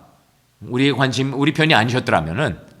그런데 그분은 우리 편이셨고, 그러셨기 때문에 우리를 내주지 않으시고, 우리를 그들의 이에 씹히지 않으시게 해주셨고, 또 그뿐만 아니라 우리의 영혼이 그 올무에 그냥 갇혀가지고 이제는 잡혀지는 넘어가는 이러한 일보 직전에서 당신은 또 올무를 끊으셨습니다. 그냥 진지하게 이 간증을 하면서 우리의 도움은 천지를 주신 야훼의 이름에 있습니다. 마치 어느 의원을 찾아갔는데 여기저기 다 다니고 그러다가 아마 혈류병을 앓던 12년 혈병을 앓던 여인이 간증이 그럴 것 같아요. 이걸 고치려고 여기저기 다 찾아보고 그랬는데 그냥 나는 예수의 옷자락만을 만졌는데 이것을 고쳐주셨습니다. 여러분들 저와 같은 상황에서 다른 의원들 찾아가지 마세요. 예수님 찾아가세요. 이거는 저는 너무나 재미없게 단순하게 단도직입적으로 드린 말씀이고 시편 기자들은 이와 같이 생생한 자기의 경험을 있는 그대로 as is, accurately 지적을 하면서 그럼에도 불구하고 야훼께서는 우리를 구원으로 인도하셨습니다. 이것이 강조가 되는 것을 볼 수가 있고 또 천지를 지으신 야훼의 이름에 있도다. 여러분들 하나님이 우리 편이시라는 고백만큼 우리에게 기쁨을 끼쳐주는 그러한 고백이 없습니다. 그렇죠?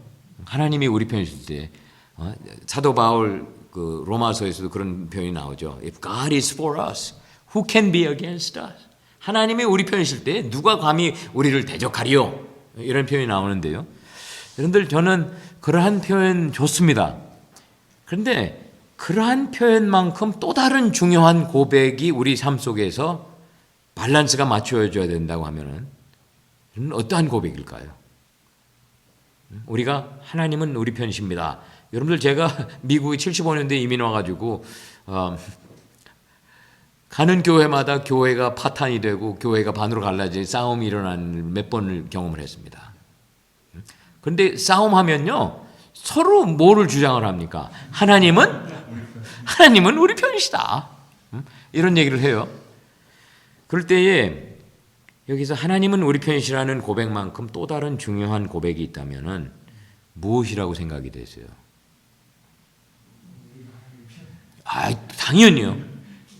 당연히요. 솔직하게 목사님, 그게 더 중요한 질문입니다. 우리 그리스도인들에게는 우리들은 그냥 너무나 당연지사로 그냥 하나님은 우리 편이시다. 그래서 당연히 하나님은 승리를 우리 것으로 해주실 것이다. But why? 왜? 우리는 당신 편에 서지 않으면서 그냥 말로만 하나님은 우리 편이시라고 클레임하는 여러분들 이스라엘 백성들이 광야에서 그랬죠. 광야에서 17장 6절인가 7절에 보면요. Is Yahweh among us or not? 하나님은 우리 가운데 계시냐 안 계시냐? 계시면은 계속 기적을 베푸시고 계시면은 그거를 의심한다는 쪽으로 그렇게 표현이 나와 있어요. 그럴 때 여러분들 여기 이 시편 기자의 이 고백은 당연히 자기의 경험에서 나온 고백인데요. 그래서 저는 저의 조바심은 그냥 오늘날 우리 주변에 크리스찬이라고 하는 우리 미국의 백성들, 아마 한국도 비슷한 상황이 아닐까 이렇게 나름대로 염려가 되는데, 하나님은 당연히 우리 편이시다 하면서 하나님이 기뻐하시는 일을 추구하느냐 하면은 그렇지 않고 막연히 하나님은 우리 편이시다. 그러기에 여러분들 어떤 당의 정치인들을 찍어줘야 됩니다. 이거는 여러분들 10계명 중에 한 계명을 우리가 이걸 깨뜨리는 거예요. 하나님의 이름을 망령되게 일컫지 말라. 하나님의 이름을 써가지고 이용해 먹는 정치인들, 이러한 등등 너무나 많을 때에 저에게는 이것이 아주 중요한 리마인더, 우리를 일깨워줘야 되고, 우리가 그때 주여 저는 당신 편이라고 고백을 하면서 동시에 제가 당신 편으로 이와 같은 희생을 감수할 준비가 되어 있습니다. 제 자세가 이렇게 되어 있습니다. 이러한 등등이 주께서 우리가 그냥 막연히 주는 우리 것이다, 주는 우리 편이시다, 그에 못지않게 주여 저는 온 힘과 모든 것을, 온 마음을 다 총동원하여 당신 편에 서는 것을 타협하지 않겠습니다. 이것이 우리의 기도가 되어야 된다고 확신합니다. 125편은 이스라엘의 평강을 위한 기도예요. 이스라엘의 안전, 이스라엘의 보호, 이러한 등등이 간증과 기도와 그 다음에 축복으로 그것이 기뻐해지는, 기쁨을 누리게 되는. 그래서 여러분들 125편 1절하고 2절은 하나님께서 당신의 백성들에게 아주 막강한 보호와 안전을 가능케 해주신다는 것이 여기 고백이 되어 있어요. 야훼를 의지하는 자는 시온산이 흔들리지 아니하고 영원히 있음 같도다. 여기 또 비유로 이렇게 시작이 되죠. 산들이 예루살렘을 두름과 같이 야훼께서 그의 백성을 지금부터 영원까지 두르시리로다. 산들이 예루살렘을 두르는 것 같이 야훼께서 그의 백성을 지금부터 영원까지 두르시리라. 이거는 그냥 확고부동한 이러한 신앙의 고백입니다. 그런데 악한 지도자들, 또 부정부패한 그 사람들이 의로운 자들을 그냥 부정부패시키려고 애를 쓰시는데, 그럼에도 불구하고 야훼 하나님은 당신의 백성들을 지켜주시는 그 고백이 3절에 나와 있어요. 악인의 규가 의인들의 땅에서는 그 권세를 누리지 못하리니 이는 악인들로 하여금 죄악에 손을 대지 아니하게 함이로다. 여기도 은연중에 주께서 그렇게 하심 내포되어 있고요. 그 다음에 마지막 두 절은 아주 자신의 확신에 찬 기도예요. 확신에 찬 기도고 확신에 찬 고백이 여기 들어가 있어요. 야훼여, 선한 자들과 마음이 정직한 자들에게 선대하소서. 자기의 굽은 길로 치우치는 자들은 야훼께서 죄를 범하는 자들과 함께 다니게 하시리로다. 이스라엘에게는 평강이 있을지어다. 이렇게 시편, 이 기도가 맞춰지게 되는데요. 이 시편의 시작은 야훼를 의지하는 자를 무엇과 비교하고 있어요? 흔들리지 않는 시온산으로 비교가 되고 영원히 있음이라고 이렇게 비교가 되어 있고요. 또 그 이유가 뭡니까? 이거는 그냥 확고부동한 이러한 모습의 시온산에 비교가 되어 있고요. 기도자가 야훼께서 선하고 마음이 정직한 자들에게 해주시길 원하는 게 뭐예요? 악인들을 물리쳐 주시고 악인들을 억눌러 주셔서 그들이 활기를 피고 그냥 의인들을 괴롭게 하고 이러한 등등을 막아주실 것을 기도를 하고 있고, 어떤 면에서 이 시편은 많이 받은 자에게 더 많은 것이 기대된다는 믿음의 현실을 강조하고 있을까요?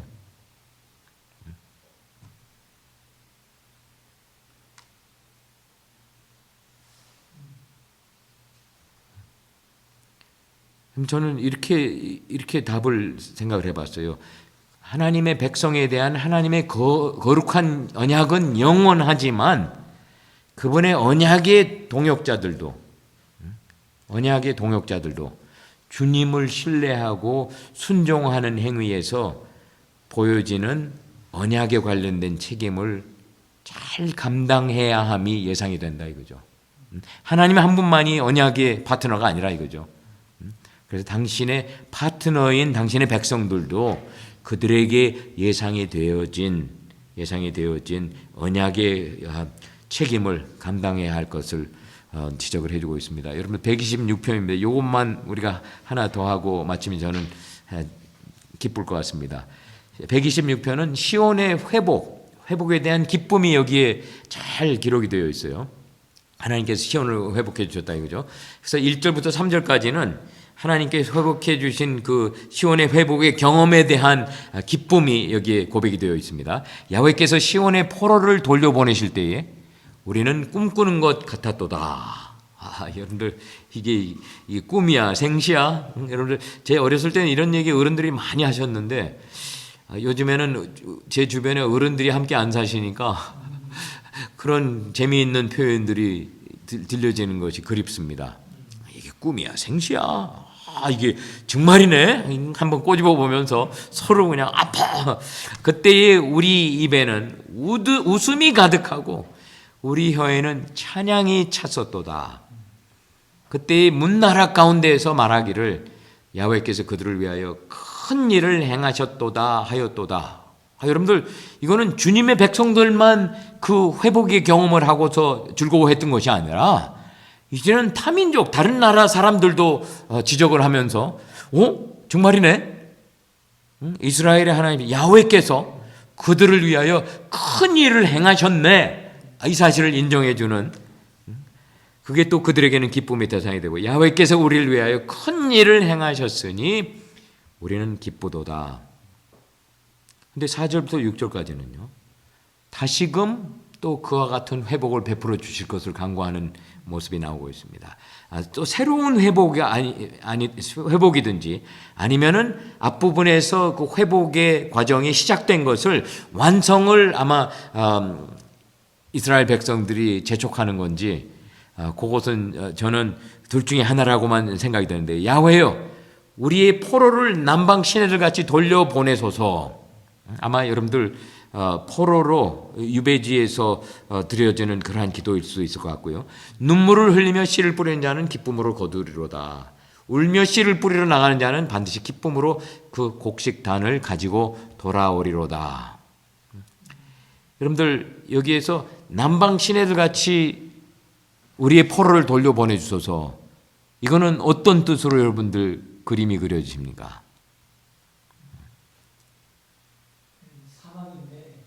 그렇죠. 그렇죠.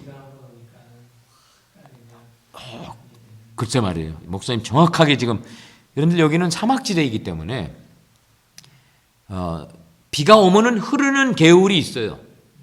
그런데 그 개울이 1년 내내 1년 내내가 아니고 거의 1년에 한 11개월 이렇게 비가 쏟아지지 않는 상황에서 그걸 찾아볼 수가 없습니다. 그런데 한번 비가 내리면은 인정할 수 없었던 개울이 생기게 되고 이와 같이 그냥 야훼여 우리의 포로를 남방 시내를 같이 돌려보내서 갑작스럽게 즉시로 즉각적으로 돌려보내 주셔서 여기서도 여러분들 시편 기자의 독특한 그 이미지를 잘 사용을 해가지고 주께 드리는 이 기도 등등이 저희들이 더 페이 어텐션하고 배워야 될 이런 내용인 것 같은데요. 그 다음에 5절하고 6절에는 두 가지의 상반된 내용들이 기록이 되어 있습니다. 두 번 반복되어 있어요. 눈물을 흘리며 씨를 뿌리는 자는 기쁨으로 거두리로다. 그런데 이게 왜 눈물을 흘리면서 씨를 뿌립니까? 씨를 뿌리는데 왜 눈물을 흘려요? 아마 필경 두렵기도 하고 이 씨가 제대로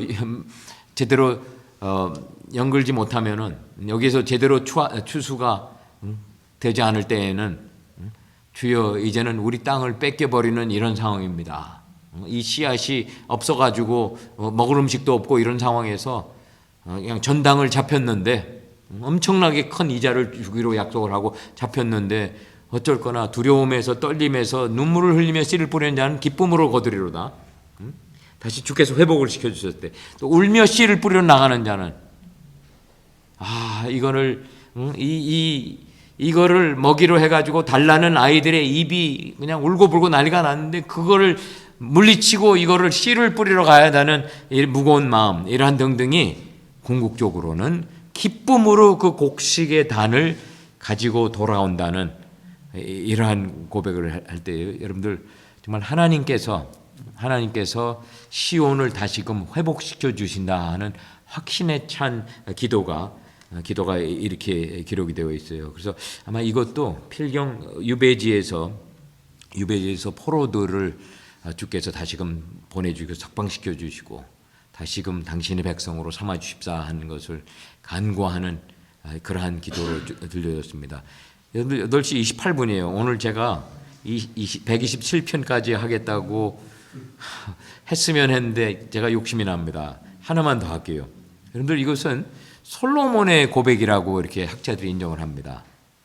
그리고 솔로몬의 고백답게 이렇게 지혜의 요소가 강하게 여기 들어가 있어요. 마치 잠언이나 이런 데에서 찾게 되는 지혜의 프린시플, 원칙 등등을 여기서 우리가 찾아볼 수가 있는데요. 1, 2절은 하나님 한 분만이 우리에게 안전한 쉘터와 피난처와 또 안전을 확인해 주시고 또 우리를 지탱시켜 주시는 것은 하나님 한 분이 하시는 것이다. 그 내용이 1, 2절에 들어있습니다. 야훼께서 집을 세우지 아니하시면 세우는 자의 수고가 헛되며 야훼께서 성을 지키지 아니하시면 파수꾼의 깨어있음이 헛되도다. 너희가 일찍이 일어나고 늦게 누우며 수고의 떡을 먹음이 헛되도다. 그러므로 야훼께서 그의 사랑하신 자에게는 잠을 주시는도다. 그러면 여기서도 우리가 이미지가 생생하게 우리에게 접해집니다. 접수가 돼요. 왜냐? 집을 세우는 자들이 열심히 일을 하죠. 최고의 자재를 해가지고 이건 최고로 지었다. 근데 여기 야훼께서 직접 개입이 되지 않고 이러신다면은 이건 꽝이라 이거예요. 그 다음에 성을 지키는 자가 적이나 첩자들이 들어오지 못하게끔 망을 보고 하는데, 근데 여기에도 야훼가 그것을 해주지 않을 때에는 이거는 누군가 침투할 수 있는 이러한 여지 등등이, 그래서 인간의 노력과 수고로 뭔가를 성취를 하려고 하는 것에 어리석음이 1절하고 2절이 마치 잠언과 같은 이러한 내용을 지적하기 때문에 그 상반된 현실이 2절 후반에 기록됐습니다. 야훼께서 그의 사랑하신 자에게는 잠을 주시는도다. 이게 왜 갑자기 나와요? 갑자기 나오는 게 아니죠. 2절 첫 반이 verse 2a가 너희가 일찍 일어나 늦게 누우며 휴거의 떡을 먹음이 헛되도다. 그런데 실제로 야훼께서는 당신께서 사랑하시는 자, 그 사랑하시는 자는 뭐라고 우리가 전제를 할 수가 있어요? 당신을 의지하는 자, 당신께 간구를 하는 자들, 당신께 찬양을 하는 자들, 그리하여 당신의 사랑을 받는 자들에게는 당신께서는 잠을 주신다 이거예요. 잠을 걸러가면서 뭐를 하고, 죄송합니다 우리 최규하 전사님, 잠 못 자고 아기를 돌봐야 하는, 이건 다른 현실이에요. 이건 다른 현실입니다. 그러니까 제가 괜찮아요. 이럴 때에 그런데 또 다른 잠언이 또 나옵니다. 주 하나님께서 우리가 필요로 하는 쉘터와 안전과 또 우리를 지탱케 하시는 건 다 주께서 해주신 것이지 우리의 혼자의 스스로의 노력과 수고로 하는 것이 아닙니다. 그게 1, 2절에 나온 후에 3절부터 5절까지는요. 자녀들은 하나님의 선물이고 또 하나님께서 우리들을 편애하시는 그러한 사인입니다. 이런 내용이 여기 들어가 있어요. 보라, 자식들은 야훼의 기업이요 태의 열매는 그의 상급이로다. 젊은 자의 자식은 장사의 수중의 화살 같으니 이것이 그의 화살통에 가득한 자는 복되도다. 그들이 성문에서 그들의 원수와 담판할 때에 수치를 당하지 아니하리로다. 여기서도 아주 프랙티컬한, 아주 현실적인 이유로 왜 자녀들이 하나님이 주신 기업입니까? 선물입니까? 이게 나와 있는데요. 성문에서 원수와 담판할 때에 자식들, 특히 아들들이 많으면은 부끄러움을 당하지 않는다 이거예요. 원수의 억눌림을 당하지 않고 오히려 원수를 억누르는 상황이 우리의 것이 될 것이다. 이제 이러한 고백입니다. 그래서 자식들은 야훼의 기업이요. 저는 이것이 자식들은 우리 사랑하는 아내와 사랑하는 남편의 합작품이라고 여기서는 보지 않습니다. 그렇죠? 그들의 합작품이 아니라 그들의 노력과 수고로 달덩어리 해덩어리 같은 자녀가 태어난 것이 아니라 그것은 야훼께서 주신 생명을 주신 선물, 태의 열매는 그의 상급이로다. 이것이 두 번 걸쳐서 중요하기 때문에 반복이 되어 있고요. 젊은 자의 자식은 장사의 수중에 화살 같으니. 근데 여러분들 이 화살통에 화살이 몇 개가 들어있다고 여러분들 상상하십니까? 이거는 또 바이블 퀴즈입니다. 바이블 퀴즈인데 이 화살통에 전통에 화살이 몇 개가 들어있어요? 여러분들 어렵게 지금 생각을 해요. 3개? 이거 참말로 12개. 그게 정답이라고 합니다. 왜냐? 12지파. 이거는 농담이에요. 이건 농담인데. 그럼 뭐 큰일 났죠. 지금 이제 큰일 났습니다. 우리 김희민 전사님 사모님 12아이들을 어쩔 거나. 이거 요배 아내 같은 경우엔 첫 10아이를 잃어버리고 또 10명을 또 탄생시켜야 했는데 이건 완전히 그냥 초인들입니다. 여러분 첫 2절에 주장하는 내용은 뭐예요? 하나님께서 모든 일에 개입이 되셔야 우리 인간의 노력과 수고로 되는 것이 아니라 하나님께서 친히 앞에서 인도해 주시고 뒤에서 밀어주신 분이 하나님이셔야 된다. 그 다음에 1, 2절과 비교하여서 3절에서 5절까지는 가족의 영역 속에서 야훼께서 그의 사랑하시는 자에게 주시는 것을 무엇이라고 설명합니까? 뭐예요? 자녀, 자녀인데 그것이 선물이라고 설명이 되어 있어요. 그렇죠? 선물이라고 설명이 되어 있는데 이 시편이 추구하는 믿음의 현실은 필경 마태복음 6장 33절하고 일맥상통하지 않을까 나름대로 생각이 됩니다. 그런즉 너희는 먼저 그의 나라와 그의 의를 구하라. 그러면 이 모든 것을 너희에게 더하시리라. 이러한 약속이 성공과 평강을 구하는 자들의 참된 진리의 길잡이가 되어야 하는 것이 127편이 우리에게 주는 귀한 도전입니다. 여러분들 저는 저하고 제 아내는 지난 3년 반 우리 하늘이가 와서 저희들의 양딸의 역할을 해주면서 얼마나 행복한지 모르겠어요. 저녁 때 식사를 하는데 과거에는 그냥 둘이서 얼굴 쳐다보면서 잠잠히 조용히. 근데 요새는 수다가 떱니다. 이제 하늘이가 수다를 주로 많이 떨죠. 그런데 거기에 우리가 또 덩달아서 어제 하늘이가 이런 고백을 합니다. 오늘 수다 많이 떨었네. 그랬나? 밤중에 어젯밤에 수다 많이 떨었다. 그러면서 그거를 그렇게 좋아하는데요. 여러분들 저는 제 동료 교수들의 자녀들과의 관계 속에서 제일 부러웠던 것이 지난번에 말씀드렸죠. 이 아이들이 자라나서 그들을 어른으로 대해주는 것을 제가 옆에서 목격할 때에 이건 정말 그냥 너무나 부러웠던 거예요. 너무나 부럽고 이런 상황에서 주께서 양 목사와 패치 사모에게 자비를 베푸셔서 하늘이를 몇 년 동안 빌려주셨습니다. 그런데 이 자식이 와가지고 너무나 잘해주는 거예요.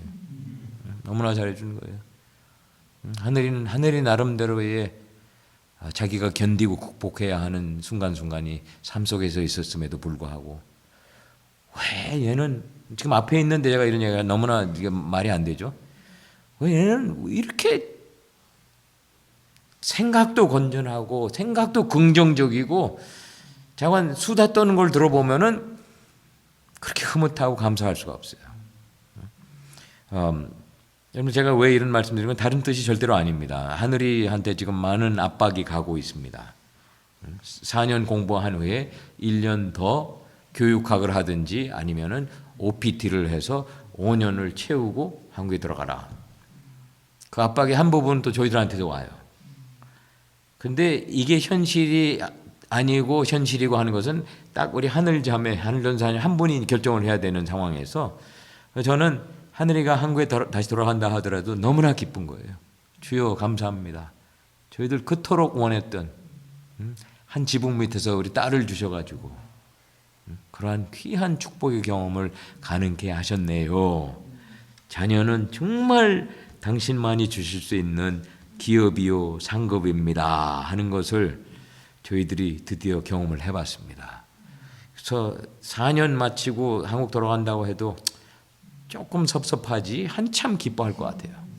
한참 기쁘고 그러고 또 앞으로 또 양딸이지만 친딸같이 또 그에게 하나님께서 귀한 돕는 배필 베풀어 주시고 또 함께 섬기고 이러한 모습 등등 이제 한국, 미국 왔다 갔다 하면서 찾아가 봐야죠. 여러분들 마지막에 제가 그냥 개인적인 고백을 하면서 이렇게 마치게 되는데요. 여러분들 시편 120편에서 134편까지 15개의 시편 중에서 여러분들 한번 좋아하는 시편을 만들어 보세요. 만들어 보시고 여기에서 life verse들이 여기서 나오면은 너무나 좋을 것 같고 저는 131편을 적극적으로 권면합니다. 다음 주에. Anyway, so what? 오케이, 여러분들 이제 다 끝났는데요. So what? 지금 이 순간에는 오늘 7, 8개의 시편을 그냥 번갯불에 콩고 먹는 식으로 제가 빨리 다뤘는데 여러분들에게는 어떤 점들이 가슴에 와닿았고 걸리고 또 좀 더 이것을 잡고 씨름하고 더 묵상해서 우리 삶의 양분이 흡수가 되어야 될까요?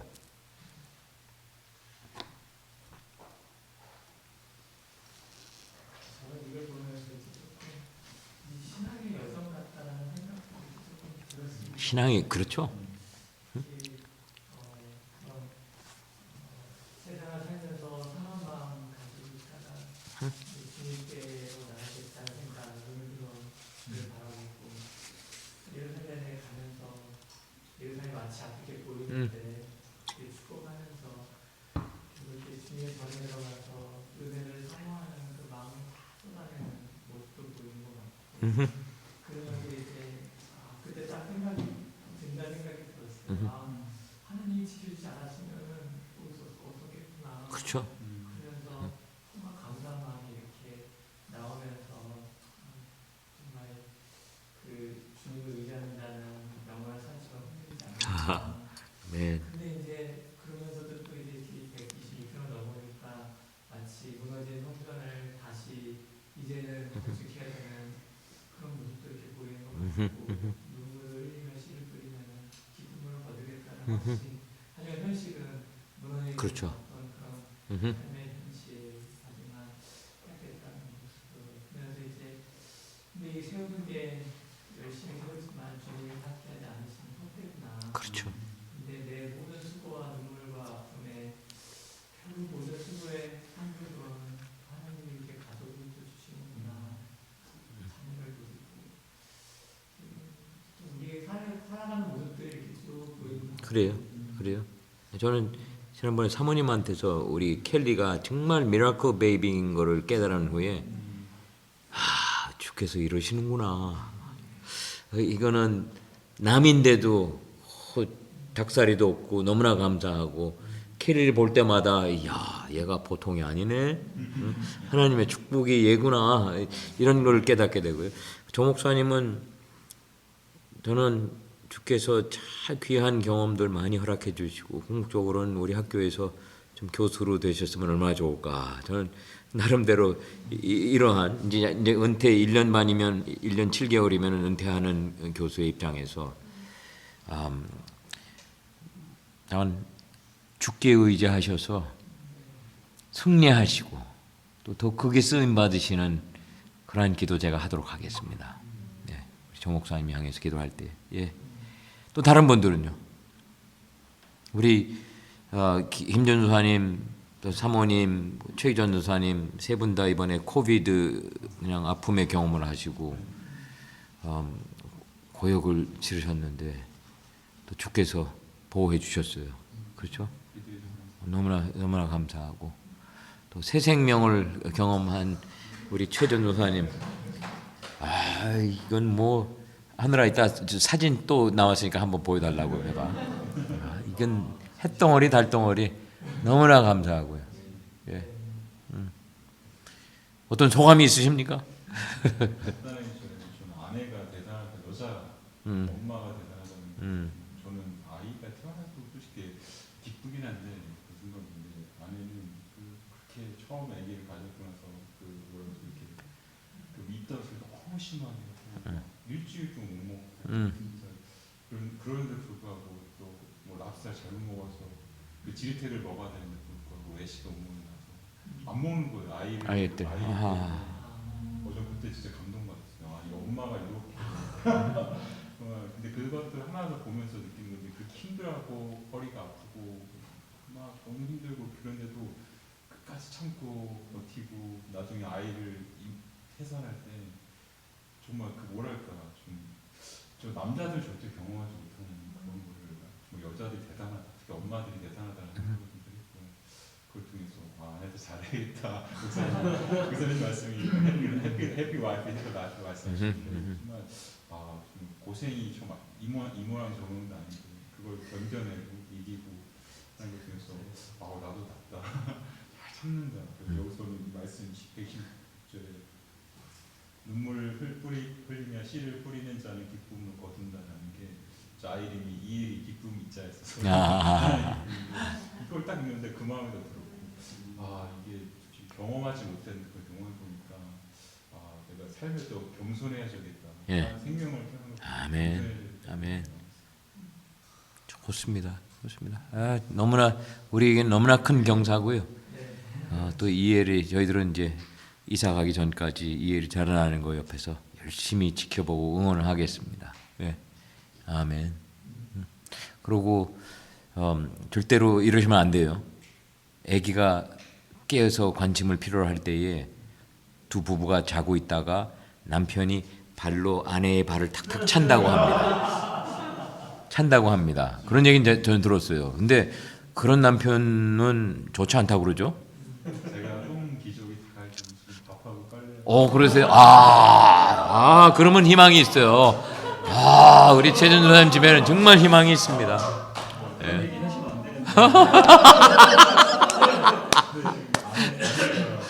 장모님 못 오시고. 글쎄 말이에요. 이게 높은 것 같아요. 사모님이 일하시면은 전날에 장모님 오시면 덜 하시던데 없으니까 다 해야 되고 안 할 수가 없어요.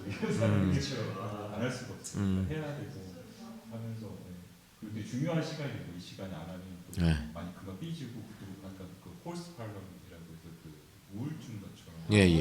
예. 포스트모르템 그거는 심각해요. 많은 거의 대부분의 엄마들이 그런 경험을 하고 어떤 사람 듣기로는 경우에 따라서 그냥 단시간 극복을 하는 분도 있는데 그 반면에 심각한 차원으로까지 들어갈 수가 있고 제가 뭐 경험이 있습니까? 예. 또 우리 김전수아님 내외분을 볼 때에 흥분이 됩니다. 제가 no pressure 프레셔를 들려고 하는 게 아니라 또 뭔가 또 희망하고 더 강한 소망함을 주께 간구하는 그러한 가정이 되시기를 전 기도하겠습니다. 예, 너무나 좋아요. 우리 정말 저는 뉴미션 교회에 와서 남은 2년을 보낸다는 것이 저에게는 아주 현명한 결정이었고 축복의 결정이었고 그렇습니다. 오케이, 우리 조 목사님 한번 기도해 주시고 우리 마치도록 할게요.